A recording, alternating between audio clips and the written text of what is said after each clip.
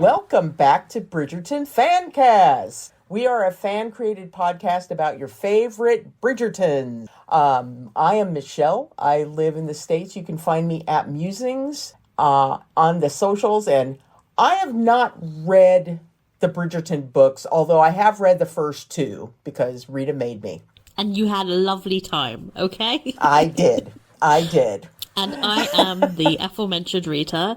I'm that annoying Rita on Instagram. I did read the books, and I'm going to be really judgmental. So you should know that going forward. Oh my. So this is the first in our season 3 coverage of the hit show.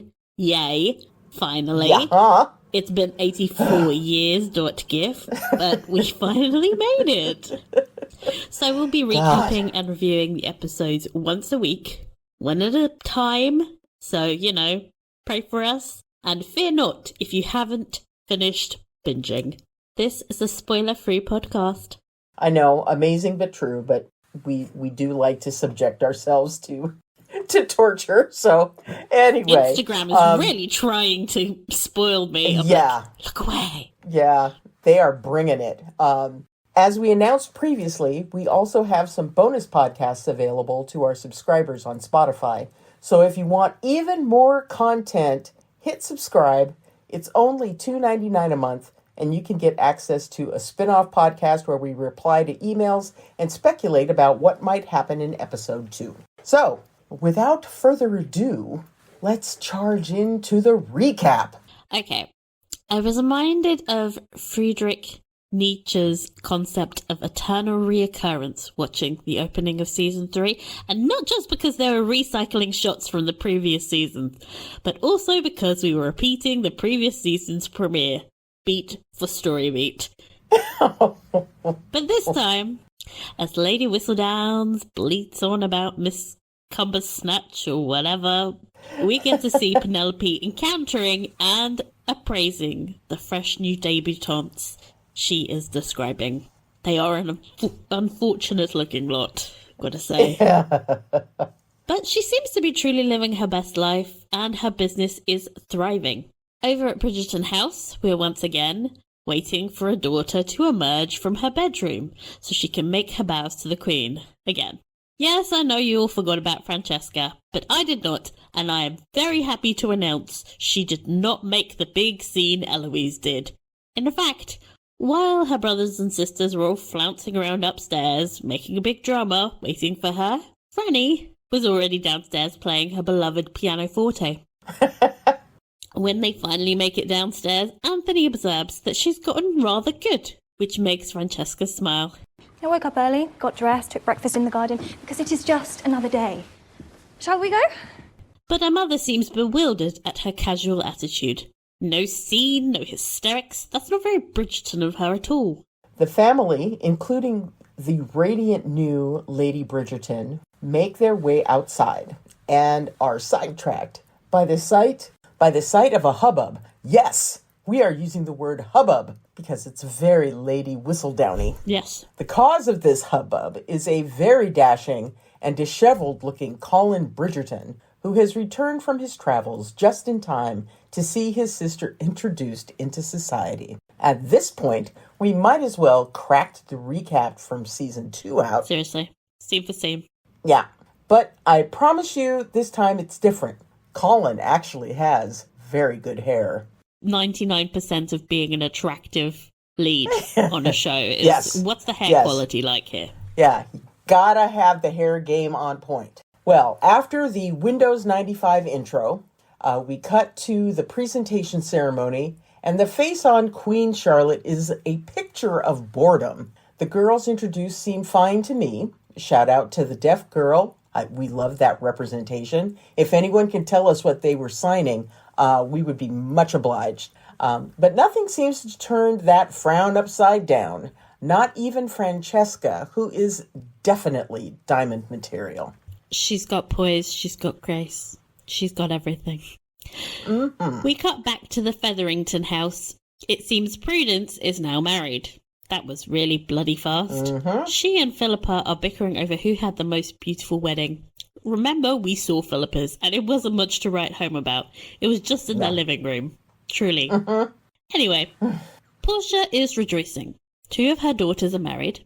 They can return to society in good standing with their finances in order and without any man telling her what to do. Everything's coming up, Portia! Yay! Oh. The ton then heads to your beautiful standard garden party they do every season, following the presentation. The guest of honour, Queen Charlotte, is a no-show, which sends the mamas into a tailspin of worry. Oh no, their daughters are all duds. Oh my god. Across the garden, Colin is causing another hubbub. His groupies all desperate to know if he's seeking a wife. He blows them off in the most charming way possible. The Featheringtons arrive at the party and Penelope makes her first of many awkward encounters with her ex-BFF, Eloise. In a shocking turn of events, Eloise has replaced her with full-time bully, Cressida Cowper. This is like a brand new life for Eloise, I think. Just a bit. Meanwhile, Franny is trying to muster up a friendship with the other debutantes, but struggles to connect. She is reserved and sensible and not mostly romantic, as it turns out. She's kind of my girl, but she doesn't really fit in with all the giggling girls. Anthony, freshly returned from his honeymoon, has a stack of paperwork to deal with, so leaves his wife with his mother, and they walk arm in arm, discussing the children.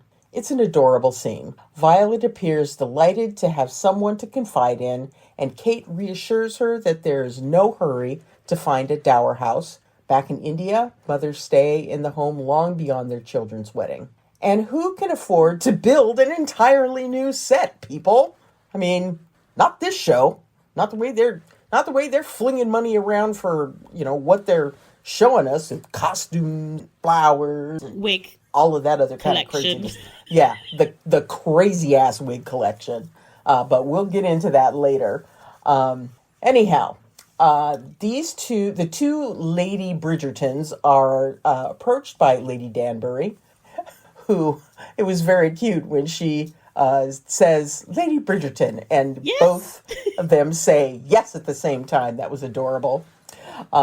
They are approached by Lady Danbury, who explains the Queen still feels somewhat reticent to venture out into society after such a public fuck-up last season. I'm sure she'll get over it by episode 2. See, Portia is speaking to Lord and Lady Cowper, who are giving her a hard time about Jack Featherington.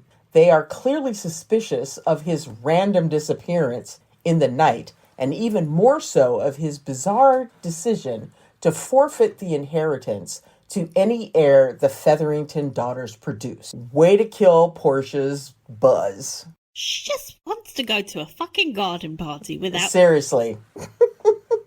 Colin, after wooing every last girl debutante at this stupid party, seeks out Penelope, who is hiding behind a bush.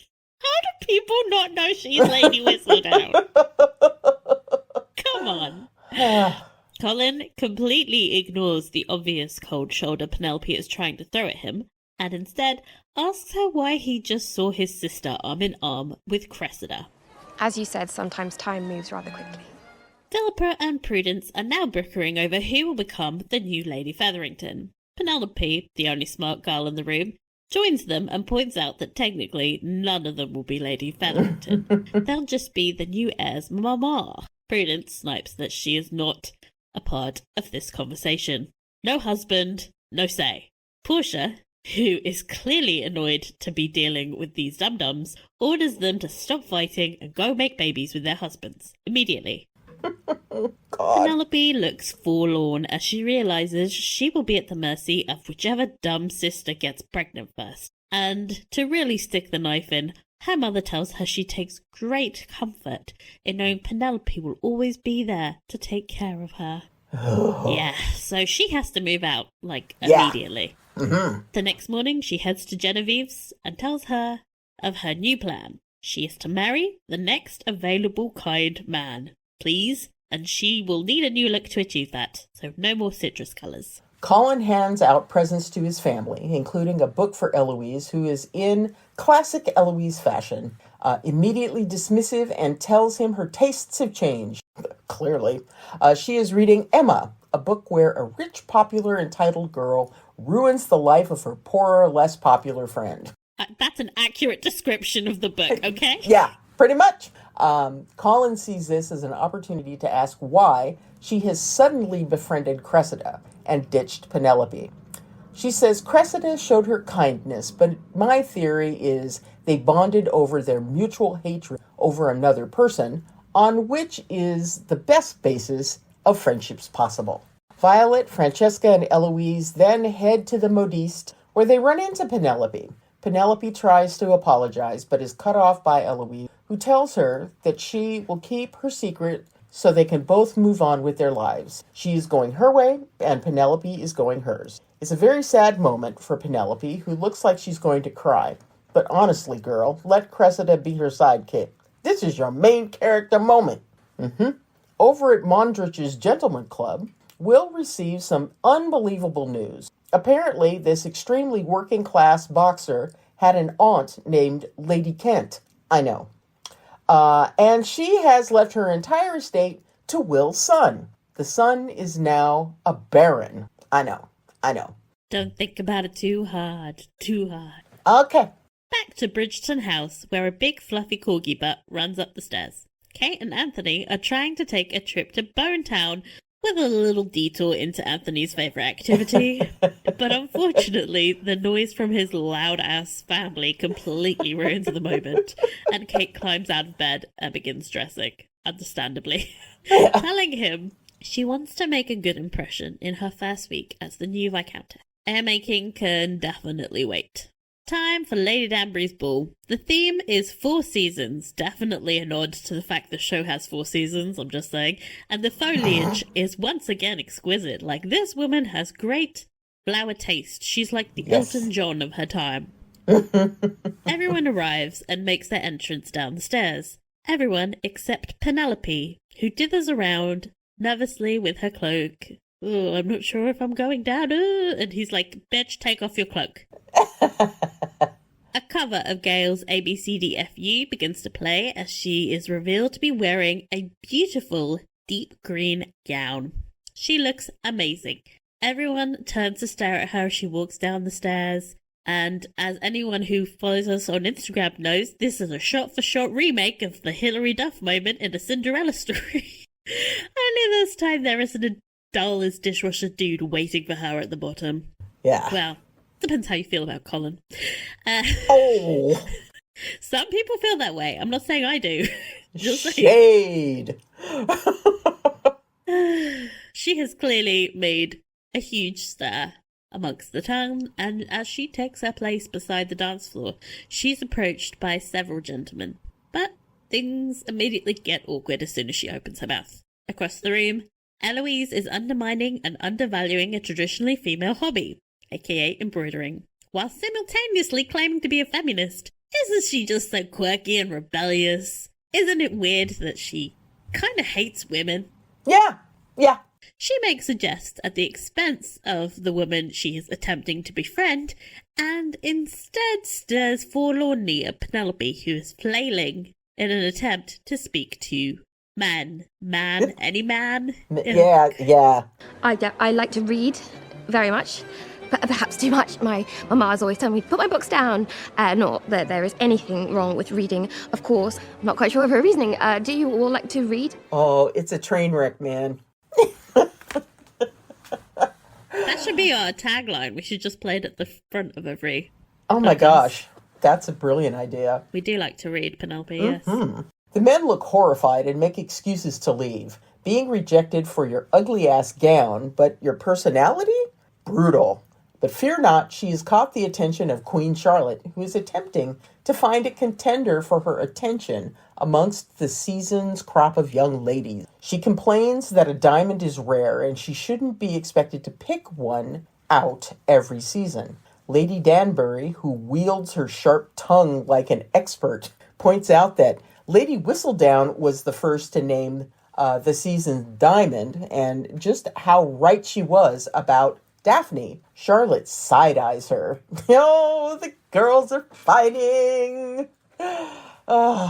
Across the room, Francesca has attracted her own set of admirers, including Lord Fife, the skeezy guy who spent 20 minutes in a closet with Miss Goring in season 2.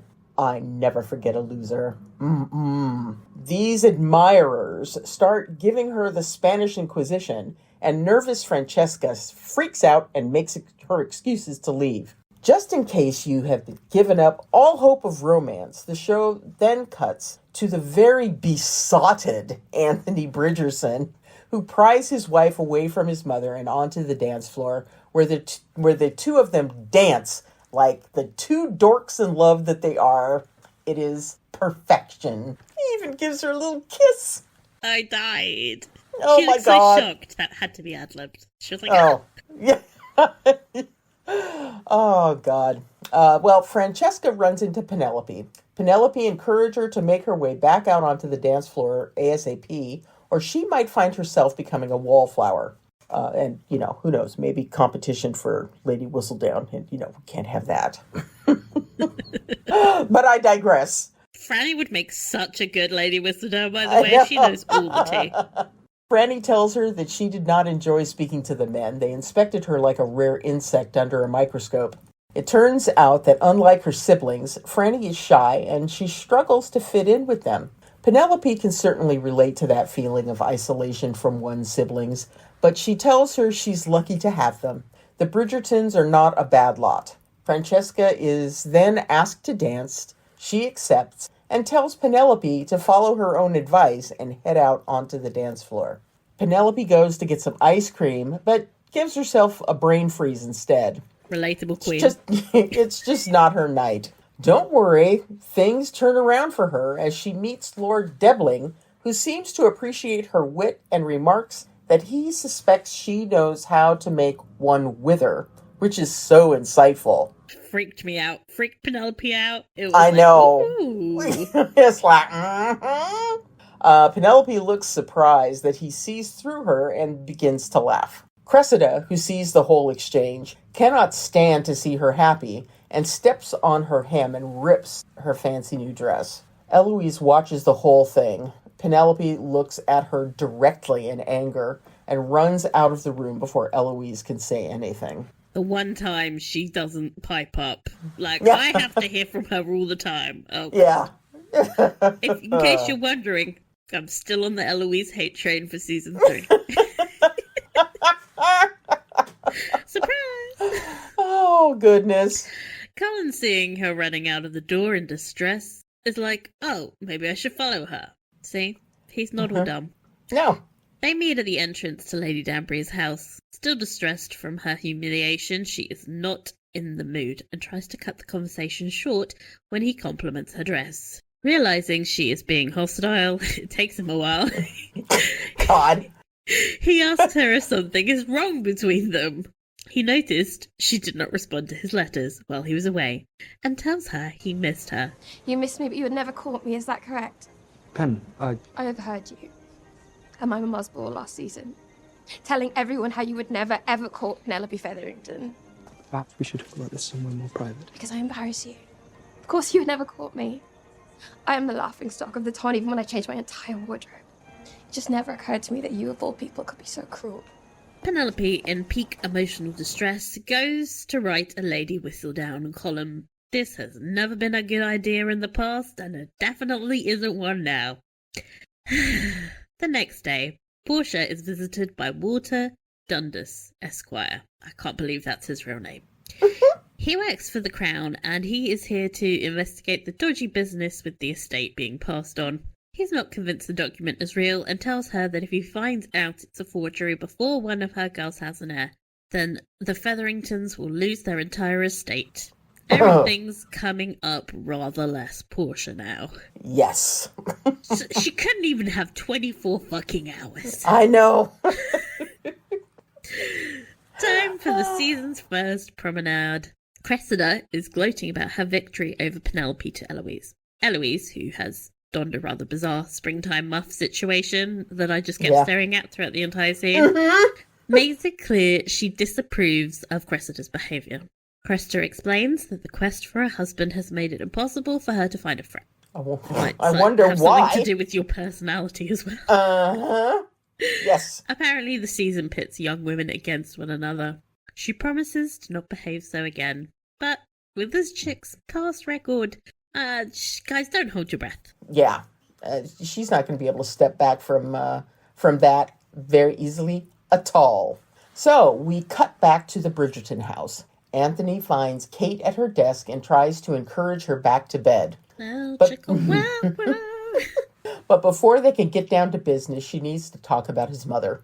It's very clear that Violet enjoys being Viscountess, and Kate is in no hurry to rush back to running a household after years of running the Sharma estate. She suggests they extend their honeymoon and focus on the very important business of making an heir. And they begin to do that right on the desk. Bow, chicka, Papers wow, wow, flying, Just, everything. I love that it ended on the thud. Yes, yes. Speaking of Violet, she is attempting to communicate with Francesca, so pulls out another one of her very painful metaphors, comparing the balls she attends to playing a duet, where she's trying to find harmony with another person. I know, cringe. Franny tells her she is not sure she needs the butterflies and unexpected harmony she speaks of, but she promises to be open to the possibility of love. If the romance novel that is written about her is any indication, she might find it. I think she's okay. Penelope is sitting in her garden, close to the spot she heard Colin say he would never court her when she gets a visit from the very man himself. He begins by apologizing for his comment and promises her that he is not ashamed or embarrassed to be seen with her. In fact, he seeks her out at every social occasion because he finds her warm and clever, and he is proud to be her friend. She admits it has been upsetting to watch the ease with which he can conduct himself while she feels so awkward. Colin tells her charm can be taught, and he offers to give her lessons. He wants to earn back her friendship, and so they shake hands. Hand porn! Hand porn alert! Whoop, whoop, whoop! Penelope is happy for a moment before remembering her latest Whistledown has hit the streets. Oh dear. This is why we don't write angry. Don't write angry. Oh my god, the panic. Her little feet were moving so fast underneath her gown. We watch as the Mondridge family arrive at their new mansion over a Lady Whistledown monologue about change. Then cut to Queen Charlotte, who reads the latest Whistledown with a smirk on her face. She has been challenged, and she so loves to play games. We then cut to the Featheringtons. Prudence and Philippa are also reading the latest edition and remark that she has quite a lot to say about Colin in the latest edition. And Penelope promises that whatever she said about him, she is wrong. This is giving multiple personality disorder, babes, because it's really getting hard to keep track. You're talking about yourself, sweet pea. No. Eloise, who was all, I just want to move on, blah, blah, blah, early in the episode, is certainly in a hurry to read the latest Whistledown, and when she reads the part about Colin, she panics, especially as he's just entered the room. She tried to hide it from him, but he insists on reading it. Honestly, it's a very dramatic build-up for a very weak sauce quote about him having a whole new personality. What a nothing burger, and Colin doesn't seem to care. But when he remembers what Lady Whistledown wrote about Lady Crane and Eloise last season, and he promises that if he ever finds out who she is, he will ruin her life. You know, something nice and dramatic to lead us out of episode 1. I mean, talking about personality change, his sudden desperation to be angry. This is the first time he's been angry. And I'm really mad about this. Since when? You've never mentioned it before, okay? Oh my god. Okay, so, what were your feelings about everything coming into season 3? Well, when I first started the episode, I immediately had a panicked moment thinking to myself, oh God, what happened in season 2 again? That's why they did the recap, which I watched. I know! Thank God! Like, I need this. And then, like, as I was watching the recap, painful details came back to me. Yes. Like, indeed. to the point where even when I saw Lord Five, I was like, I remember you, fucker. Like, I saw season 2 too many times. It's been 2 years since that aired, by the way. I know, it's crazy. I can still remember it. That's so sad. But I don't think I've watched it since then, but somehow it's, like, seeped in my... Well, you watch it 500 million times an episode to prep for the show, so I'm surprised you couldn't quote everything line by line at this point. I probably could. Oh, but let's not get me started on quoting Anthony. 'Cause that man has a way with words. Yeah. You know who doesn't have a way with words? Penelope. She's probably the world's most awkward small talk maker in the world. Oh, I think my that was God, that amazing. was so painful. That made I was living. I know you haven't watched Derry Girls, but it reminded me of her character Claire when she's trying to flirt. My little wee lesbian.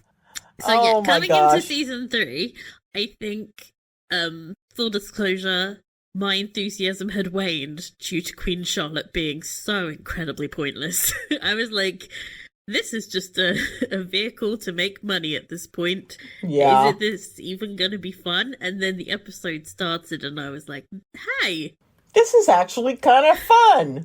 Remember the show is actually good and escapist and fun, and I was giggling at things and yes. So yeah, it was pleasing. As soon as I got through the recap, I was like, okay, we're back in the zone. Yeah, let's see where this goes. And I thoroughly enjoyed that episode so much, and it felt really good to be back in the saddle again. With these familiar characters and settings and the whole 9 yards. I found myself getting swoony all over the place, and I was like, "Oh my God!" I was like, I'm annoyed at Eloise again. All the feelings are coming back. Nothing's changed. Yeah, so I am really excited. I am probably going to wind up running and watching episode 2 as soon as we finish this up. Part of why we're doing this recording so early. So yes. Watch episode 2. Just want to see the next episode. Yes. The cliffhanger was really good. Even though it does feel a bit like, okay, Colin, where did this come from? Okay, say it anyway. We need a dramatic end. Yes. Especially because the thing she wrote about him was, I thought it would be bad, and then I thought it was going to be much harsher than it was. I mean, basically all she said was, Colin Bridgerton is back, and boy, he seems like he's changed. Yeah, I think the harshest thing she said is that the real him. I think he's acknowledged that it's not. So okay, there you go. Yeah, mystery solved. But yeah, great episode. Can't wait. So how do you feel about the show that basically sold itself on having people of colour in a period drama focusing on 2 white leads? Well, it had to happen at some point. Statistically, it was going to happen.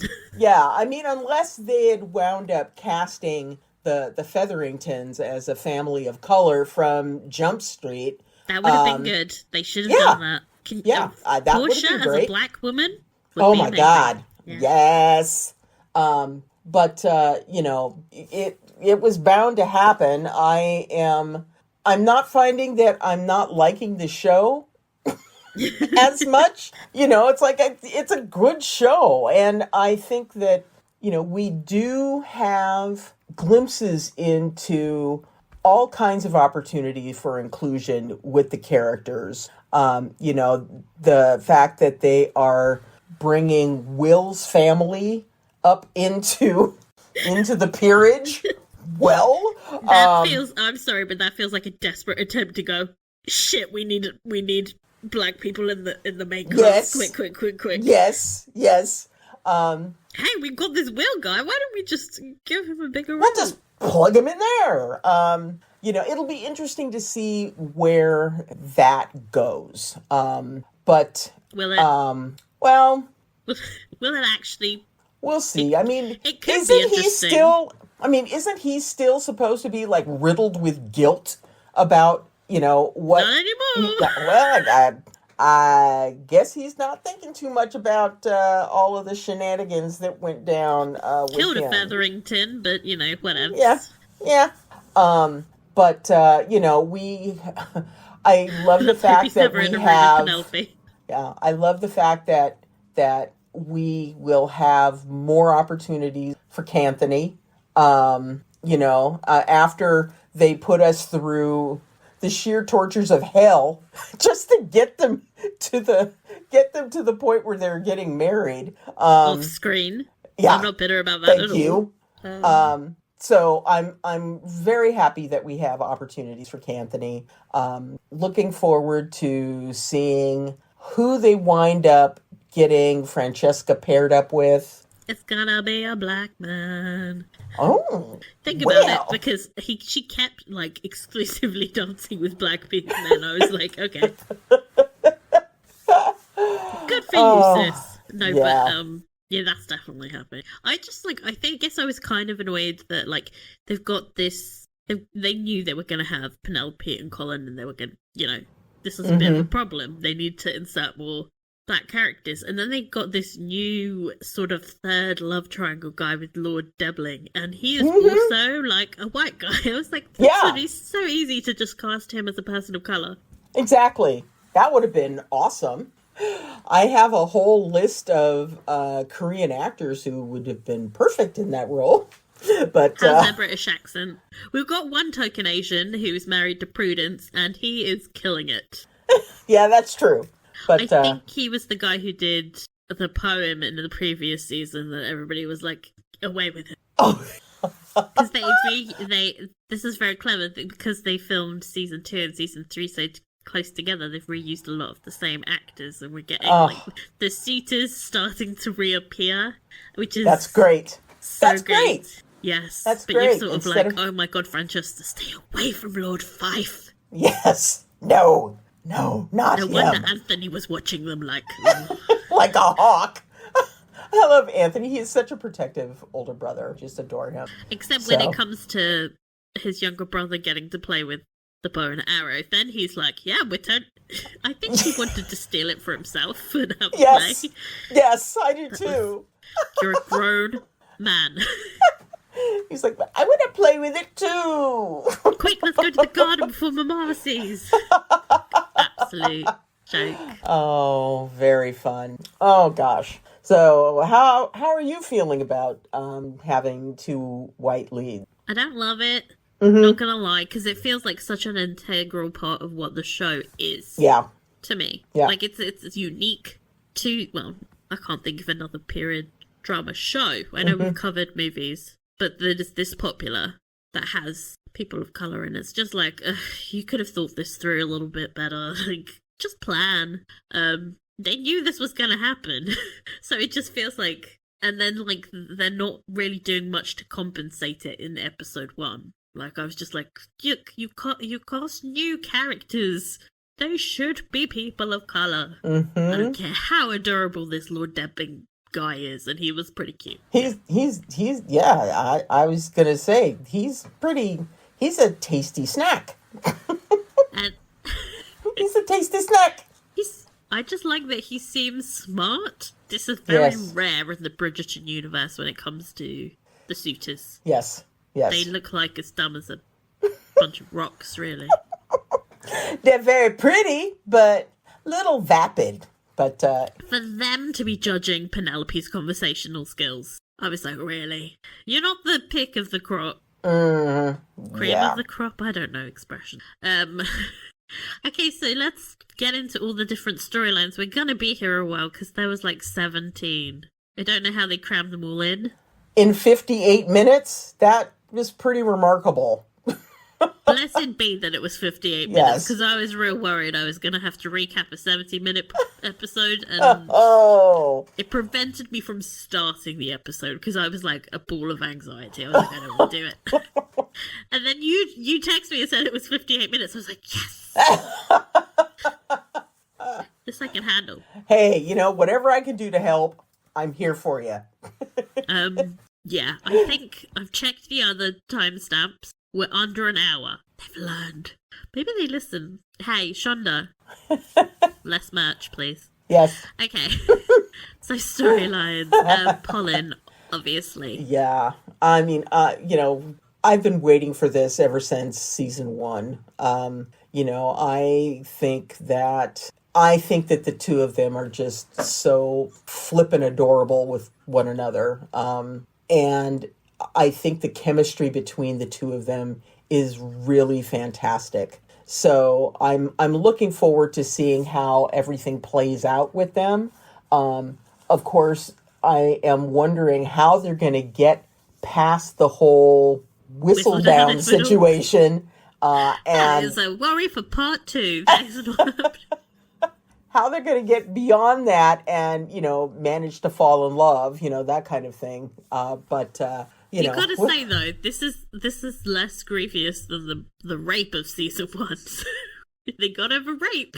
That's They true. got over That's Anthony true. almost marrying Kate's sister. That is true. They have had some nearly unforgivable situations come up. So, what's the big deal about Of Whistledown? all of them, I would say this is the least Yes. egregious. Yes.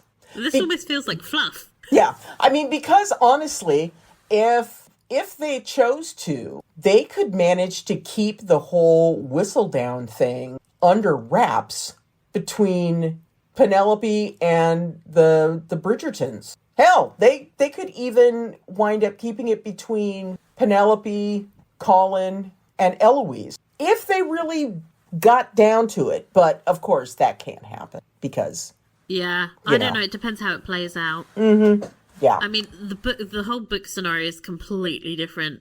Colin finds out she's Lady Whistledown before he even proposes. oh man, I imagine this scenario, what they're going to do is have them get together, and then he finds out because it's a bigger betrayal that way. Yeah, And then yeah. they have a huge falling out and they get back together because... yeah, because that'll work. But anyhow, so yeah, I'm excited. How about you? We're excited.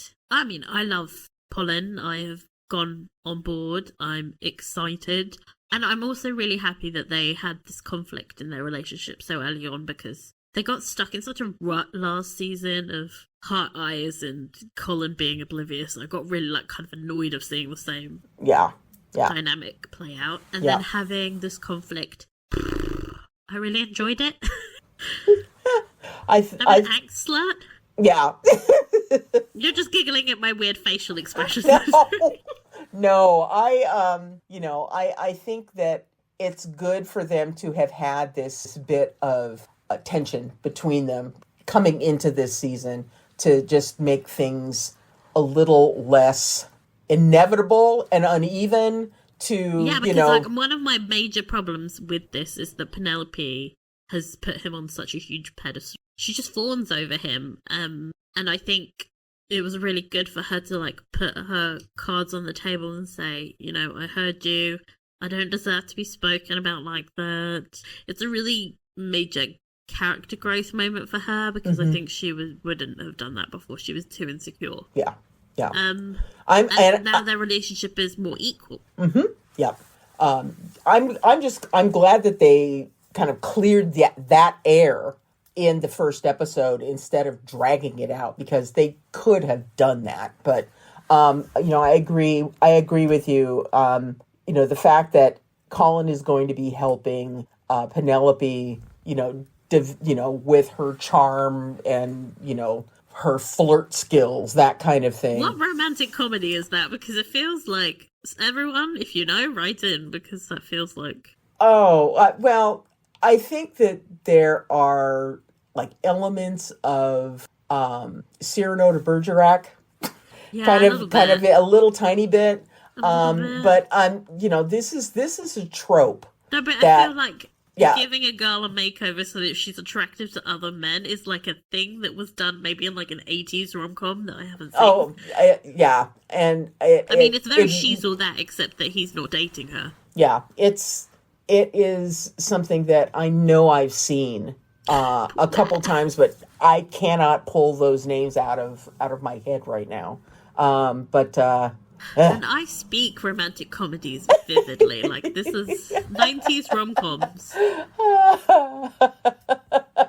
So, anyhow, I really like that trope, so that's going to be really fun. I think I'm just glad that we're over the bit where she fawns for him and he does nothing. Oh, I think that's my least favourite relationship dynamic that can exist. Because, like the Sabrina Carpenter song says, I don't relate to desperation. If the man is not into you, move on with your life, Penelope. And she is. Yes. With this weird ginger man. So good for her. Yes. Oh, goodness. Lady Whistledown. So, like, I think last season it became obvious that Lady Whistledown is more and more of a self-destructive activity for her, because whenever she felt like downtrodden or powerless and hurt, that is the one thing she runs to feel an element of control again in her life. It's very destructive. It was becoming less about having a fun gossip column and more about her having targeted attack campaigns on people. Like, it's very like, I'm annoyed. You know that scene in Mean Girls where Regina is crying and writing in her burn book? Yes. Like, that's exactly what I had in my head as she was writing about Colin. Yeah, me too. I mean, it was just like, oh, girl, don't do this. Don't write angry, because that is going to come back and backfire on you. Don't do it. Yeah. I find this really depressing because she's the only woman we have on this show that is passionate about pursuing something that's not a man on this show. Eloise talks a big talk, but then as soon as she leaves her home, she kisses the first boy she sees at a print shop, you know? So, like, at least with Penelope, I felt like she had a passion that wasn't just Colin. And it's sad to me that has become such a vehicle for self-destruction. I want her to, like, pursue a healthier version of her writing career. That's all for her. Of course, I could see... I managed to get in some Eloise shade in there. Yeah, you did. Yeah.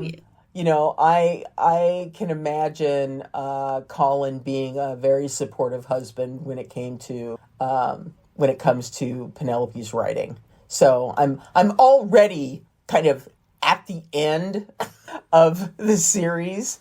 It's like, going, okay, it. this is going to be great because Colin will support her and all this other kind of stuff, but we just have to get over all of the crap in the middle to get there. So anyway, we will. You're rushing your way through I already. We're am. only on episode 1. I know I am. I need to just settle down. Settle down.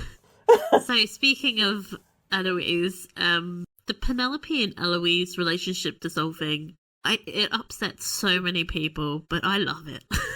I think it's so good for them both. I think Penelope finally gets to step out of the shadow of this really loud woman that is her best friend. Mm-hmm. And bloom. Yes, I do too. And I think that, Eloise has the opportunity of kind of observing things from the outside now, and recognizing that, she fucked up. Yeah, she fucked up. And that her partnering up with Cressida, I mean, she couldn't have chosen worse. And I want to understand why Eloise wound up partnering up with Cressida. I find it baffling because Eloise cannot forgive any flaws in Penelope, but she is ready and willing to let Cressida be a bitch to people and be like massively hypocritical. Not that that's new territory for Eloise. She is a massive contradiction. But to be able to say, Cressida is a complicated woman who is capable of good and bad, but Penelope is not allowed to have complexity. She has to fit in this little box that I've put her in. Yeah, she has to be my sidekick, my yes man, so to speak. It is nice to see Penelope stepping out of that space and becoming her own person. So it'll be nice for them to reconcile. Again, me rushing to the end. But after, I think Eloise has to accept that Penelope isn't the little placid sidekick she caused her as. Yep, exactly. She has to accept her for who she is, which is going to be... The thing is with the Cressida Eloise thing is, I mean, I have been saying Cressida has had Cressida, sorry, I've been calling it Cress, like sandwich. Cressida has nuances, and I think we spoke about how, you know, I am a little sympathetic towards her because of the way her mother behaves to her. And the way she speaks about her was just disgusting in season 1. But she's harassed and humiliated Penelope for years, and like an actual bully. And she tried to ruin Daphne in season 1. Yeah. Which is like, okay, that's literally what Penelope did in season 2. Yes!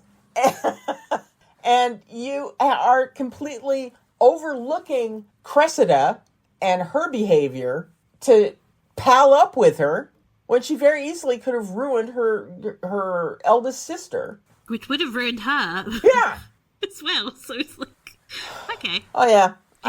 You know, this is the I have problem with Eloise. Is like, emotionally it makes sense, but logically it doesn't. And she's supposed to be the smart one. And I'm like, are you smart or are you just the loudest? I'm going to go with column B on that right now. We'll see if she's able to redeem herself as we get further in. And like with Cressida, she has never at any point apologized. No. I did find it so incredibly petty what she did to Penelope in episode 1. It was like, really? You're going to step on her train? What a bitch move, man! I'm petty too. I would have been like, "Whoops! I fell and ripped your sleeves off." I'm so clumsy tonight. How on earth did that happen? How did that happen? Oh just so clumsy. Ugh. Yeah, that was just so. I would have been petty. doing her a favor. Those fucking sleeves were ugly. So it's fair to say we're not on the Cressida Eloise train. No, I feel I was with Violet on this one. She's like, I'm worried about this, but I'm not gonna touch it. No, let this one play itself out because it pretty much will. Yeah, by the time we get through this, this is not a long-lived friendship, I would say. So, how about our friend Portia? Ladies and gentlemen, her. The queen. I love her. I just fucking love her. She is the embodiment of camp. Yes. Her wig, her eye rolls, her thin veneer of contempt for her daughters. Yes. All of her crazy garish dresses. I mean, I loved the comment that she made. Well, if she wants to show up in a kind of a dreary dress, you know, kind of like, oh, honey. I think in the book, it's literally like, she literally says, like, men like happy girls. You have to wear happy colours. Yes. Like, nobody is happy looking like a lime. Calm down. But I loved her scenes where she was bickering with Varley over their latest crazy plans. And Varley being like, I don't know, ma'am. I think it's going to backfire in your face. And Portia's just like, let me have this one way with you, bitch. Oh, my God. Well, you know, if this does wind up blowing up in her face, it's going to be horrible. It's going to be absolutely horrible. I think the paperwork is legit, though. She actually had Jack sign it. Did she? I thought she had Varley. She threatened. Did Varley? Yeah. Yeah, because remember, you know, she'd been, you know, this forging stuff for a while, and so yeah. But they're gonna have to find Jack first, and I think like the whole end point with this is that they can have a situation where Penelope Penelope's son with Colin inherits the title. Like, otherwise, what's the point of this plotline? Yeah, quite frankly. Exactly. I don't know why everyone needs a title. Like, he can just be a Bridgerton. Yeah, I mean, it'll be good enough for him to be a Bridgerton. You know, they're adored. Can you imagine how many cousins there's going to be in the end, though? Like, that family tree is large. Oh, it's going to be stupidly large.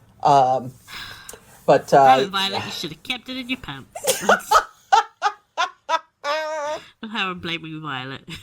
Oh gosh, yeah, it's gonna be an explosion of Bridgertons. If Anthony has anything to say about it. Speaking of, Yes, Kanthony. Kanthony. Oh. I mean, these two people are the horniest in all of the land. I love that for them. Oh my gosh. Just like every single scene, Anthony was trying to get it in. Just calm down. He is just the scene where he is approaching Kate at the party. Desk?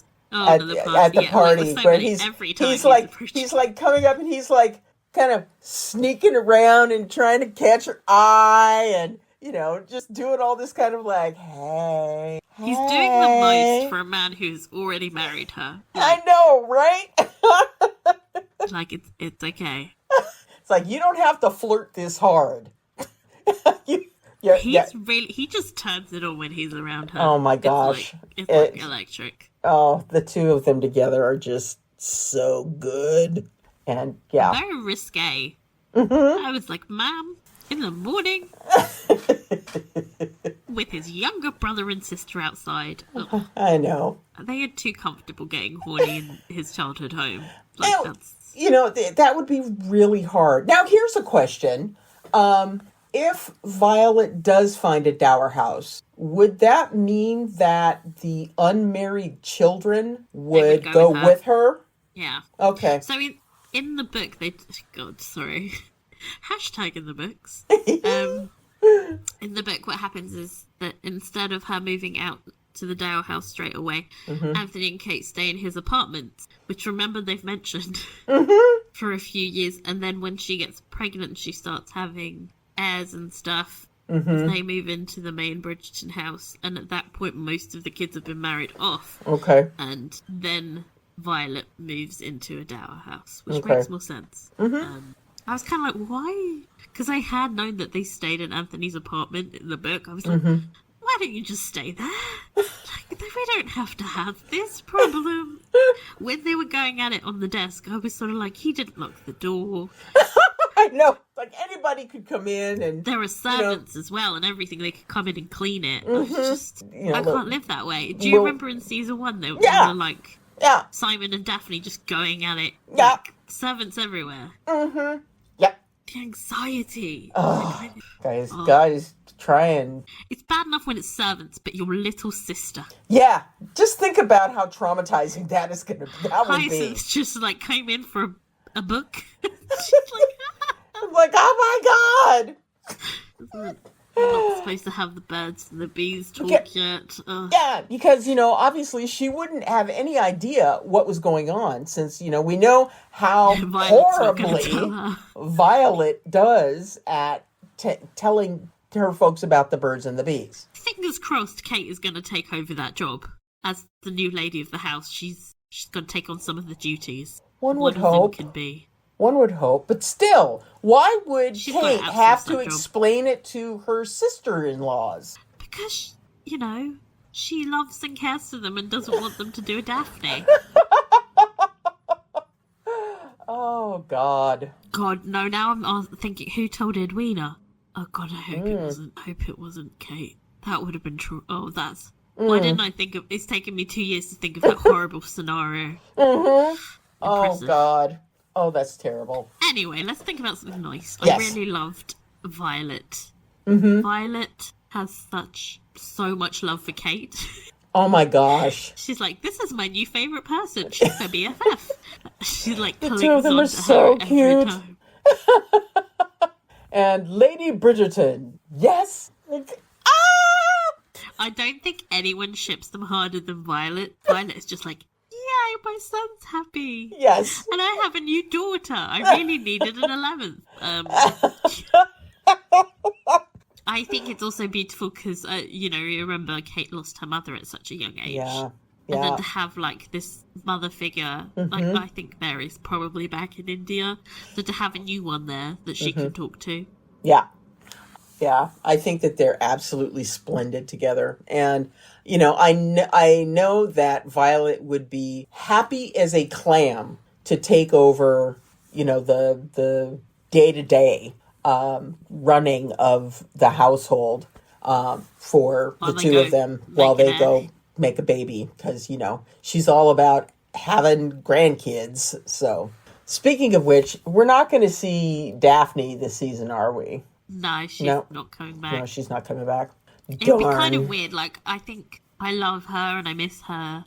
Mm-hmm. But Reggae, John Page, and like, it's been so long since I he was know. on the show, I've forgotten how to say his fucking name. That's how irrelevant he is. I'm sorry to his stands, but he really shit the bed with this one. Yeah, like, he did. Nobody remembers how to pronounce his name. Like, that's how irrelevant he is. Yeah. If he'd stayed on the show, it would have at least... Mm-hmm. Oh, yeah. But it would make... I kept thinking when Will got his... son got his title, I was like, this would make more sense if the Duke was the person that suggested, like, they go over a few of the cousins and gave it to him. Mm-hmm. Like, yeah. Because he's friends with a fucking Duke. Mm-hmm. Use that to make him a member of the Ton. Don't just go, hey, there's blah, blah, blah. Your cousin died. Surprise! But they can't mention the Duke ever. If there's an afterlife, I don't believe there is. One of the first questions I would ask is like, what went down there? Yeah, it's like what actually happened with this whole thing, and why did this wind up? This seems unnecessary. Being such a clusterfuck. Speaking of clusterfucks, we've got a new Francesca. Yeah, we do, and you know, of course, it's been so long. I couldn't remember. You don't remember what the old one looked like. The old one looked like. I think that actress who is playing Francesca, I think she's lovely. Love her. Yeah, she's just lovely, and she looks so much like Phoebe. Mm-hmm. It's striking because I always thought like Daphne doesn't look like anything like the others, and now that they've recast Francesca, I'm like, oh, maybe she is related to them. It's like, okay, I can see that. But I think she's just lovely. I love the fact that she is kind of this different energy from the rest of the Bridgertons. And I love that about her. Go, little introvert girl. And, you know, don't have to worry about all this craziness. She's my favourite Bridgerton. I know that is a quite controversial take, but I like her little... Now, even in the books, is she your favourite Bridgerton? Yes. Aha! Yeah, I wouldn't have the stronger reaction after one episode. No. But Francesca, she is a bit more of an enigma because she hardly shows up in the other books. You get her book and she's just an author. And when you read that book, you will understand. I kind of like that she is like, a weird way, the family black sheep. There is something about her that just attracts me, like the fact that she doesn't love the attention that comes with being associated with this family. Like, you watch Bridgertons and you're like, oh, I'd love to be a Bridgerton. They're all so close and fun and like, oh, the drama. But then you see Franny, like, struggle with that. And I'm like, no, I'd probably be more like Franny in real life, really. Yeah, definitely. Definitely not into piano as much as she is, but like insert reading or something in there. I think I could probably manage to eke out some social energy for, you know, some of the things that the Bridgertons wind up having to do. But, you know, I would definitely be on the, okay, it's my social bedtime. I need to go and just be quiet. Asking me what makes me tick. Yeah, Please I just have to go now. Ah! So I just thought she was delightful.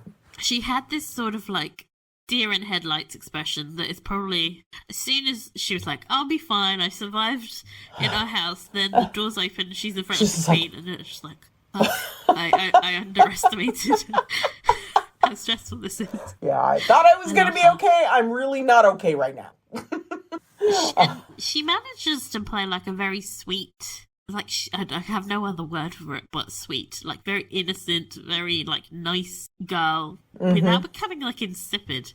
Right. You know what I mean? Like, you just get positive vibes of, like, she's just trying to... She's a nice person who is struggling a little, but just very nice.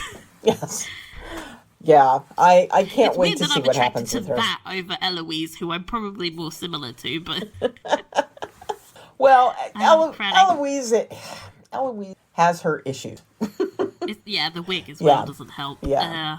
I'm really excited to see more Francesca. Like, her storyline is dramatic as fuck. Of course, all of them are. But hers, I find, is probably, of all the books, tonally, it's the most dramatic. Like, it's all the others are very fluffy, and then she has quite a weird, angsty, sexy vibe. You know, kind of like how you read We Just Did Normal People, for those of you who didn't join us. You missed out. You know how Normal People rides the wave of sexy sad? That's Francesca's book. Oh, it's like an up wow. and down sexy sad. And that vibe, I think, might just be what I like as I get older. Because all the other books are so incredibly fluffy that, like, when you get to... It's like a palate cleanser of, like, really amazing sex scenes, real sad at the same time. Oh, jeez. Well, you know, we are going to be reading these books, so I will look forward to it. Who knows how long it will take them to get to her season, like 78 years? At this point... 2 years to produce this. At this point, maybe so. I will be coming at you in my 50s. I mean, we still haven't... Oh, God, his name just flew out of my head. But we still haven't... Think about Benedict. We haven't seen Benedict's story. I love that you forgot about him. I know, because, you know, that's what happens. Benedict is supposed to be third, but... Yeah. They had to push this one. I'm not upset about this. I'd rather have Polin first. I'm not grumbling. Look, they needed the Polin. We couldn't have had another season of, oh, Polin, I love you from a distance. Yeah, that would have been... You can't have that keep going on. That would be painful. So, yeah. We've got wildly off topic. Yeah. Mondrich family. He's gone from a working class boxer to living in comparable squalor to living in a mansion in the space of under 3 years. I've given up trying to make sense of it. It is what it is. I wish they had gone from boxer to inheriting the mansion straight away, rather than this weird in-between phase where he was the owner of a London club. Why? Why did that happen? Are they trying to make him? Are they trying to make him more respectable by going through all of these changes, or what? It's social climbing, but it's too quick. Yeah. It's not social climbing; it's social Superman leaping. It doesn't make any sense, and like they didn't focus enough on the struggle he had to make the club work. To make me care about it. Like, not that any amount of time would have made me care, to be honest. True enough. Full disclosure, he's not really a relevant character anymore. I don't really know why we have him past. Yeah. You know, I love the actor. I love his wife. Nice people. Don't know why they're still on the show other than to fill a quota. Yeah. And that makes me sad. I mean, this has the potential to be interesting because I think adjusting to life in the ton will be difficult. But then I feel like that's such a Queen Charlotte thing that we saw. You know, like we saw how difficult it is to adjust to that world. Like I don't know that this is a new territory and they're not going to devote enough time towards it for it to be interesting. So yeah, because they've got so much other stuff going on that is pivotal to the story. You know, this little side quest that they're now going down, if it winds up taking up too much screen time... I don't think they'll... We're gonna be pissed if it does, because it'll be like, yo, we got other fish to fry. We don't need to be trying to figure all this crap out. So... We don't care. That's the problem. It's like, it's not interacting with the other storylines in, like, seemingly any way at all. Like, occasionally the Bridgerton brothers do scenes inside his club. That's not a connection. They sometimes go to the park. We don't need to know about the park keeper, you know what I mean? It's like, it's such a shame because I think, like I said, the actors involved are really talented, and I've seen them speak about their characters, and they say some really interesting things. But I hope collect that paycheck, babes. Hopefully we'll be able to see them do some stuff. But tend some balls, wear some nice dresses, stand in the background. Exactly. Yeah. Oh, that'll be disappointing. But nope. Okay, I'm going to try and be glass half full with them. Try. I'm going to keep my expectations low and be pleasantly surprised. Yes. There you go. Okay. Favorite scenes. Oh, so many. My gosh. I think... Handshake. Yeah. That, if I had to pick one, it would be that scene where the two of them are kind of reconciling and, coming up with this plan. We love hand that. porn, but B, I felt like that was the most traditionally period drama scene I've ever seen in the show. Where it's like two people in a bench in a garden having a normal conversation. Like, there wasn't like a peacock in the background or anything like random. Yeah, I loved that scene. I loved, and I know we're going to get into the wigs and the costumes and all that kind of stuff. I loved seeing all of the grandeur and elegance. The scene of Anthony and Kate dancing. They're so sweet and lovely. Talk about change. Kate's costumes have completely fucking changed from I season 2. know. And what happened? I love them. The dress that's wearing at the ball had that train. The back. Yeah, had the train, which she was kind of wearing almost like a shawl.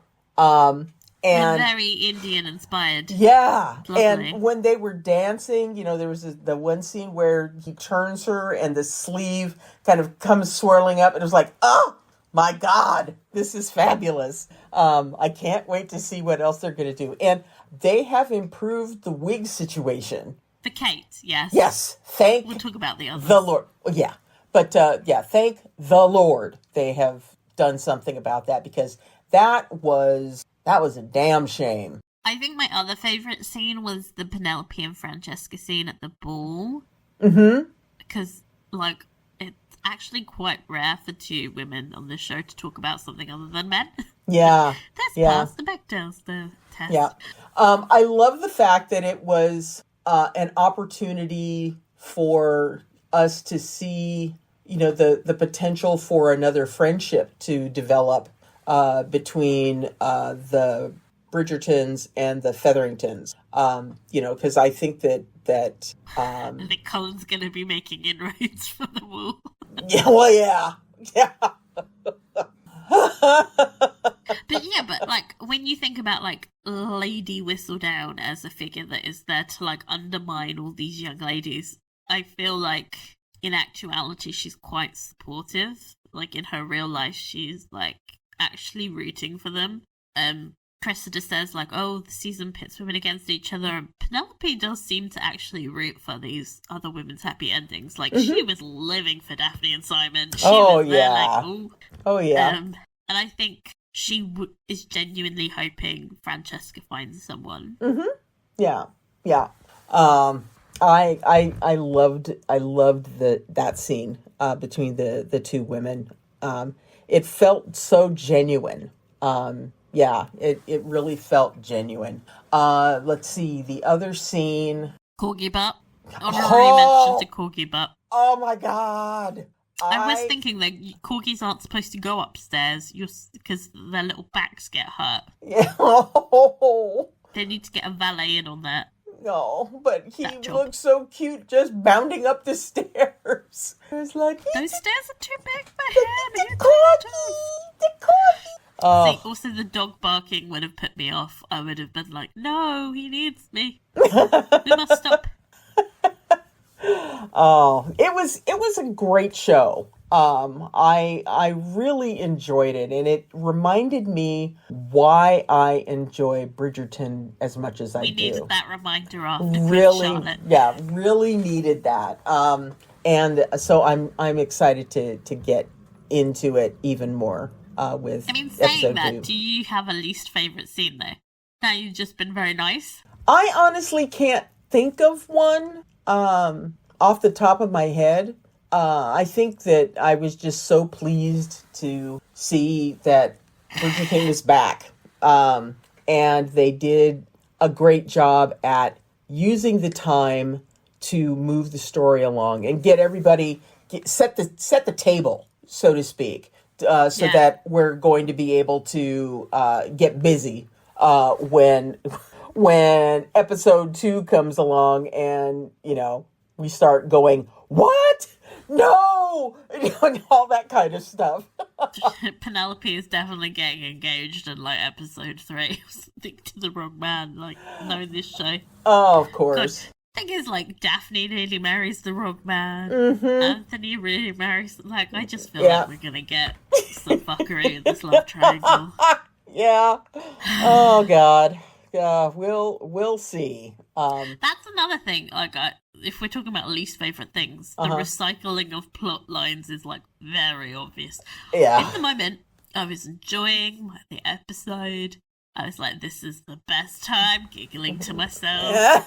And then the episode stopped, and then I had to think, okay, well, what am I going to talk about? Maybe the fact that we've seen all this shit before. This is almost an exact play-by-play of the previous 2 episode 1s of the show. I felt a bit like Queen Charlotte when she was watching them come in and bow. I was like, again? Again? I can't. I cannot do this again. Maybe that's the point. We're all supposed to be like Queen Charlotte. Oh, God. Another fucking season of this. Here we are once again. And then Lady Danbury's ball, and then Lady Whistledown has said something snarky to the Queen, and there's going to be a challenge. And I was just like, is this right? This is every episode of the show. Yeah. Well, it's good, but come up with something new, people. If we are reviewing episode 1 of season 4, and we're doing this Colin again, arriving home just in time to see one of them bow in front of the Queen. I don't know which. There's no way Hyacinth's ready, but you know what I mean. And then we go over to see the Queen, and then the Queen refuses. It's the same. Yeah. Why we enjoyed it was because we were like, oh, this is familiar. And they need to stop doing that, because there is a tipping point at some point where we were going to go, I'm fucking bored of this. Be careful. Also, the timeline makes no fucking sense. Yeah. I think that, with the next season, if they're not going to go straight, do you think they're going to do Francesca this season as well? Or the thing with Francesca is her book, unlike the other books, takes place over 7 years. Oh, so okay. They can. Well, no, most of the book takes place over the course of 2 weeks, but there is she has a long build up. Okay. So they're not going to do Francesca. Okay.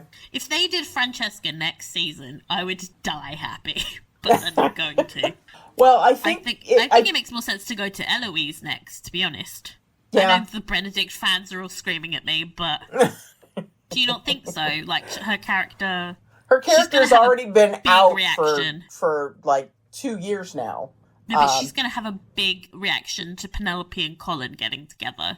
That's the catalyst for her book, really, is her reaction to that marriage. Okay. I don't know about the show. Who fucking knows? Yeah, we'll have to see. But it spurs her into doing something crazy, shall we say.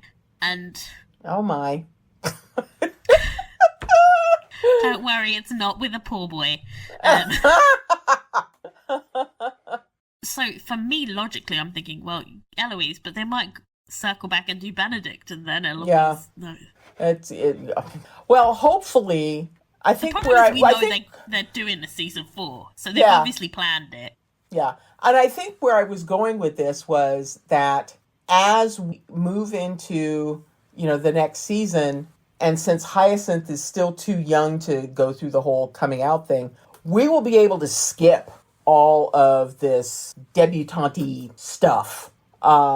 At least going in as deep as we have with, bells and the hubbub at the Bridgerton house, and all of that kind of stuff. It can What be. is so deeply weird to me is that none of the books ever had any of the girls coming out. Really? None of them. Oh, that's No. true. Daphne was in her 3rd season. Penelope's in her 7th. She's 27 or something in the book when my this happens gosh. with Colin. Uh-huh. Yeah. Wow. Yeah. I'm not going to talk about Benedict's love interest. Spoilers. But she's not a young girl. And then Francesca, her book mostly takes place when she's about late 20s. Okay. Hyacinth as well. Hyacinth as well is considered almost a spinster by the time she gets married. None of them are like the 19-year-olds they are in the show. For some reason, they've decided that they're going to make the girls really young, which I think is... I think because they have this weird idea about what the ton is. In fact, these girls are very rich and privileged, and they would have a lot more options to wait and choose than a lot of women of lower class. So it's really bizarre to me that they've made this decision to keep. That's interesting. I mean, you are the guru of. Am I? Questionable. I haven't read the books in a few Well, you are definitely the guru of romantic comedy. So I will. Yes, that's true. I I will probably tip my quote hat every to line you of for You've that. Got Mail. It is a garnish. I miss Meg Ryan. Can we bring Meg Ryan back? Anyway, not the point. So anyhow, it'll be interesting to see what happens. So Big growth for me though. I always say the timeline makes no sense. It didn't bother me. wow. Growth. I mean, you're kind of all about timelines. I know, but I think I've just I think Queen Charlotte broke me in a way that I can never really recover. Do you know what I mean? That didn't make any sense, did it? Oh, She was pregnant, it did hurt. And with this show, it's okay, you've been gone on your honeymoon, and then you went to the thing, and to your house. Yeah. You played Pall Mall, and now you're okay, if you say so. Okay, I'm just okay, fine. I don't know where Colin I'll did that accept in 4 it. months. Okay, exactly. If you say How he went to how many cities in 4 months? I can't even do that now with Yeah. high speed rain. True. I think he went 20 something. Yeah, some insane number of places in that period of time. That's what made him charming. I think that's a recipe for someone being quite grumpy. Well, let's get into wig talk. Can we wig talk? We're talking wigs, baby. Can we wig talk? Wigs, baby. Talk about wig growing. I'm so excited to be able to listen to the jingle again. Yes. Oh, gosh. It's just a tune. Okay. All that money, none of it's going on the glue for those wigs, is it? Because half of these hairlines were just flying in the breeze. I still think that Eloise's wig looks crooked, and nobody can convince me otherwise. Why does she always have her hair like that? I don't know. It is just bizarre. Maybe she's going to have a season 4 glow up when it's her season, and they're going to be like, no more bangs. They don't suit her face. I don't know. I mean, her hair really confuses. It's like they want to make her Daria, and it's not giving. Well, she is definitely Daria, but I also have to add Franny into the contention for maybe the fakest looking wig. It looked like they'd stuck a doll's head on top of her head. There was this one look where, Violet's talking about in metaphors again, and she's got this slicked back 2 bows on the side of her head thing. Mm-hmm. And when you try and do a wig updo, Mm-hmm. it's more noticeable because it's 90% hairline, and it was just a weird colour that did not look like hair. I was really disappointed for her. She deserves better. She's so beautiful. Why are you ruining it with that wig? Seriously. I think that Queen Charlotte, of course. All the budget goes on her wigs. I mean, amazing. The look at the end of the episode where she's reading the Whistledown. Yeah, and she's got that crazy giant Glorious. afro in the wrap. In the wrap. Oh Yeah. my gosh. I was just like, I want that. But I don't think my You neck wouldn't could fit take through it. doors. Yeah, I you don't. wouldn't fit through. Yeah. You I could go to the toilet. no. I my neck would snap. I mean, I've got these braids right now that are crazy long, and I'm having to keep them tied up just because they're too heavy for me now. I don't know how she does it, quite honestly. She must do like neck exercises. She's got to, because it's just insane how huge those things are. But beautifully done. I quite enjoyed Penelope's new wigs. I did too. She went from the like frizzy ragdoll, and then they got her the new wig, which was a slightly darker color, which suited her complexion. I mean, the 1940s, 30s hairstyle, very era appropriate. Love that for her. Half her hair is just like on her face. It's bunned Okay. up, and yeah. But I thought that it was a Stunning. vast improvement over what she's been having to deal with the last 2 seasons. It's the main character glow up. Yes. Where And- was that attention to detail for Kate? Can I just ask? Well, I was so furious and upset about how poorly the blending was done on her hair, especially because she has beautiful hair. It doesn't fucking make any sense that they would use a wig You know- when her hair is majestic. Yeah, her hair is absolutely stunning. And they She stuff could do all, hair commercials. yeah, for, they like, stuff Pantene. all of that mess up underneath a really bad wig. Come on, people. It made me so annoyed. Anyway, this is season 3. Penelope's hair is beautiful. It just Regency era hair was beautiful. Why do we have to do this? I get it. Like, they're going for a Rita Hayworth type aesthetic, and it looks great. But like, I'm tired. I'm tired. I also was like, okay, so Colin's hair, vast Yeah. improvement. Remember season 1 where he looked like Jimmy Neutron? His hair's great, but he looked better when he came off the ship than when he was at the party and they brushed it all up. I was Yes. just like, that's Yeah. not the vibe, my man. Yeah. He got off that ship and it was just like, hello.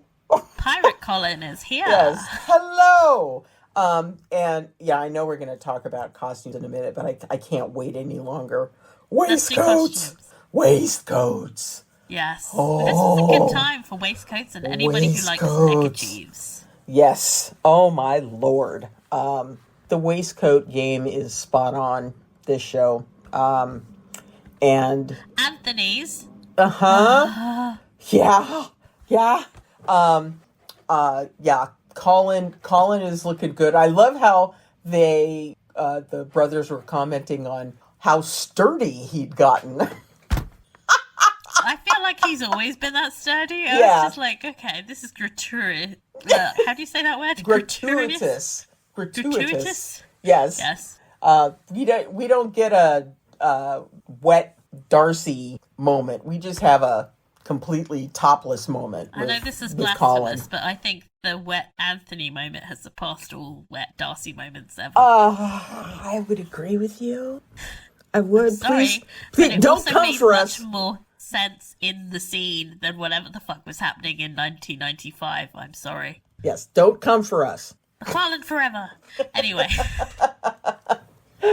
Oh God. But in terms of the other costumes, beautiful. The dress that Penelope is wearing at that party. goes without saying, it got a dramatic It did, and it was reaction. unlike any other dress in the room. With all the white and the pastels and the lace and the frill and the this and the that. And then we have her on those stairs wearing that beautiful sheath dress with the copper because, we see after the dress has been torn that Thank you, Cressida. the underdress, had copper, so it was like Wait, copper. if she ever got to dance, that would have been magnificent. Oh, it would have been just stunning. I thought it was exquisite, and I cannot wait to see what other things she got to go into this season. Because I'm sure that her friend the Modiste hooked her up. She's got friends in the right places. I actually preferred the garden dress she was wearing in the handshake scene. I think because I am personally over the whole lace overlay thing that they do on this show, where it's just everyone has that dress. I'm fucking tired. It was like, look, just a plain dress with no frills in a colour that suits her in a brilliant cut, and she looked amazing, and it wasn't showy. And I think my taste is edging towards the boring at the moment, because of, like, the thing about Bridgerton is that it's actually overstimulating. Like, you look at all these dresses at the same time in the ballrooms and you don't know where your eyes are going because there's too much happening. I almost wish they had focused on just, like, the main characters having amazing dresses and the background actors having something slightly more boring, because I feel overwhelmed, like I don't know where to look. Especially when the Featheringtons are on screen. Oh, jeez. I'm overstimulated as fuck in these ballrooms. It's nice when I see some day dresses, except for when they were doing that weird park scene with the muffs. I was like, what is Cressida wearing? I don't get the muff. I mean, it didn't look like it was intended to keep anyone's hands warm at all. Summer muff. I don't know. I mean, that was just straight. I was like, why is she walking around with a bib on her hand? I don't really get any of Eloise's outfit choices. The weird frills, and she looks like she's wearing a muumuu in like half of these. It doesn't. I don't get it. It doesn't look good. It doesn't seem like her. Identity crisis. I wouldn't think that someone with her thought processes would go in for something that is as fussy and frilly as they are. I would have expected her to have a much simpler type of dress, but she is a character of contradiction, so do what you want, Eloise. We're done. Yeah, you be you. Yeah, I really liked Franny's wardrobe. It seems like a rip-off of Daphne, as if she's like not really that invested in what she wears. I imagine that what's happened is that Violet has bought her all these dresses in advance, so she's just like, yeah, okay, whatever, I'll wear them. I don't. Where's my pianoforte? They really remind me of Daphne's season 1 looks. She, of course, looks amazing in them. There was the one she wore to the Modiste had, like, the back had plunging back, and then a big bow on the back. And I was like, that's perfect Francesca look, because it's just, like, slight, like, innocent, naive aesthetic of big bow, baby blue. Yes. Cute. She's not here to be fun, sexy times. She's here to be prim. Prim, proper, sweet Francesca Bridgerton. Yes. Oh, man. Okay, needle drop moment. ABCDFU. Never heard it before. I was singing along. It's a literal fuck you song. Ah. That's the whole FU part. Yeah. Kind of figured and that. And your mother and your friends, everybody. It's like very on the nose for when, because she's wearing her fuck you dress. She's walking exactly. down the stairs being like, fuck you all, now you want to look at me. It was just a... That's perfect. That's perfect. It's a good song. Oh, I'll have to listen to it. Performer of the episode. So for me, Nicola Coughlan. Hands down. Yeah, she did an amazing job. I am really looking forward to seeing more of her as we get further into this, and seeing her having to figure out how the Lady Whistledown thing is going to continue to manifest in her life, because she knows that she is in a definite pickle. Yeah. I mean, I brought out the Batman analogy last season and I'm sticking with it. Her Bruce Wayne is going to struggle with her Batman personality, and they're going to come into conflict, especially as she gets closer to Colin. She's going to really have to weigh up being with Colin versus Lady Whistledown, because I imagine there's a scenario where she's trying to find a husband that will let her keep the Lady Whistledown persona. She can't do that with Colin, so she's going to have to end up choosing. So that's another layer that we're going to get to watch, which is exciting, but also scary. Mm-hmm. Okay. It's going to be good, though. Okay, how many B's out of 5? 4. 4. 4. Yep, me too. Yeah. Me too. This was a really good start and really fun. So much better than Queen Charlotte. Can we just, We can admit that now. I think we've had enough distance from Queen. I really tried to force myself to like that because everyone else was like, why don't you like it? I just did not have fun. Yeah. Which is what I want. I had so much fun watching this first episode. It was nonsense, but it was my kind of nonsense. It was lovely. It was lovely. It was like welcoming back an old friend. Yes. Like a really messy, dramatic old friend that Yes. got drunk at your party and you now have to look after. Uh-huh. Yeah. Oh, gosh. So, yay! Candles, corset, perfume, pens, tote bag, pajamas, tea bag, macarons, bulky toys, wedding dresses, medicine, teapot, high heels, coffee creamer, quiche, soap. Okay, so welcome to our shiny brand new feature, which is basically just an excuse for us to make fun of the crazy partnership Sunderland has created for this franchise of Bridgerton. Every day people send me new things that make me go, what the fuck is going on? So, in this feature, I will describe 2 Bridgerton-themed items on sale. And Michelle, you have to decide which one is real and which one is fake. The alternative title for this feature was Real or No Real, but that didn't feel Bridgerty enough, so I've gone with Can You Believe It? Ha ha! But oh gosh. Okay. So, option 1, strawberry fruit preserve. Option 2, a gold tiara. You're taking this very seriously. Well, here's my thought process. The preserve is the one that I feel would be like a halfway decent one to Really? do. Well, yeah, because, they're having tea and, all that other kind of stuff. They wear tiaras, though. They do, which is why I think that is, almost too spot on. Okay. So I am going to go with the preserves, that's real, and the tiara is fake. So, preserves real, tiara fake. Okay. Drumroll, please. The answer is they are both real. No! Oh, no! I have tricked you.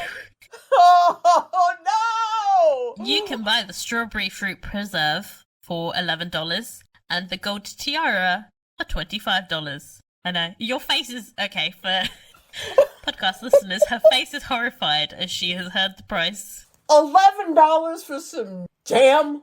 It's a really small pot as well. Yeah. Oh, hell no. You should see some of the prices they're charging for shit. I mean, as I mentioned earlier in the song that will now be playing before all of the jingle is amazing, I was making up some of these products and then checking if they were real, and every one of them was real. I was like, there has to be Bridgerton perfume. Of course there was. But the high heels, the Bridgerton high heels. What? No. They're very expensive. I suppose the wedding dresses are the most expensive. Oh, man. Now, this is the kind of thing that will make me start to dislike this show. Don't hate the show. Hate Shonda. Shonda, do you really need this much money? Is the merchandising hellscape that is coming to fruition. Don't worry.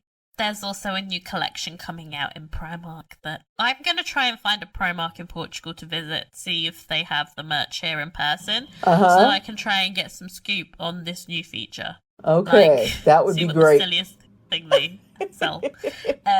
If anyone has any examples of crazy Bridgerton merch you have encountered in real life or on the internet, like I say, people send me stuff all the time.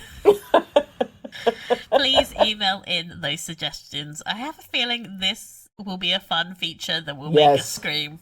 Yes, I do too. I promise next time one of them will be fake. Oh my God. I think at this point you could probably fill like a Target with like food and home goods and clothes, obviously, tiaras, just all full of Bridgerton merch. The makeup.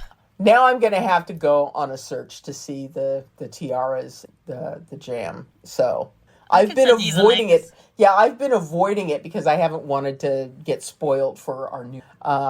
But that would be that would be great to get a look at those. And the problem is now I'm getting targeted ads for these things. Like Instagram is like, you are really interested in these preserves. You're like, no, I'm not. Have you seen these socks? No, I'm not. Oh, man. Okay, well, now this is usually when we would do our inbox section and speculate about episode 2. Like 2 hours into the podcast. Yeah. But that will be on our new sister podcast, Letters to the Editor. So please subscribe if you would like to hear that, and email us at inthebooks@gmail.com in order to be featured on the podcast. And that's all from us this time. We'll be back recapping and discussing episode 2 of Netflix's hit show. Hopefully we talk less. Unlikely. It's too much fun, Michelle. I know. In the meantime, please follow us on Instagram for updates. I post really fun videos that you will love. Yes, and you can subscribe to our bonus podcast where we will talk even more about the show, if you can imagine that is possible. And if you enjoyed this pod, please share, rate, and review. We hope you have a lovely week. Bye, everybody. Enjoy your strawberry preserves.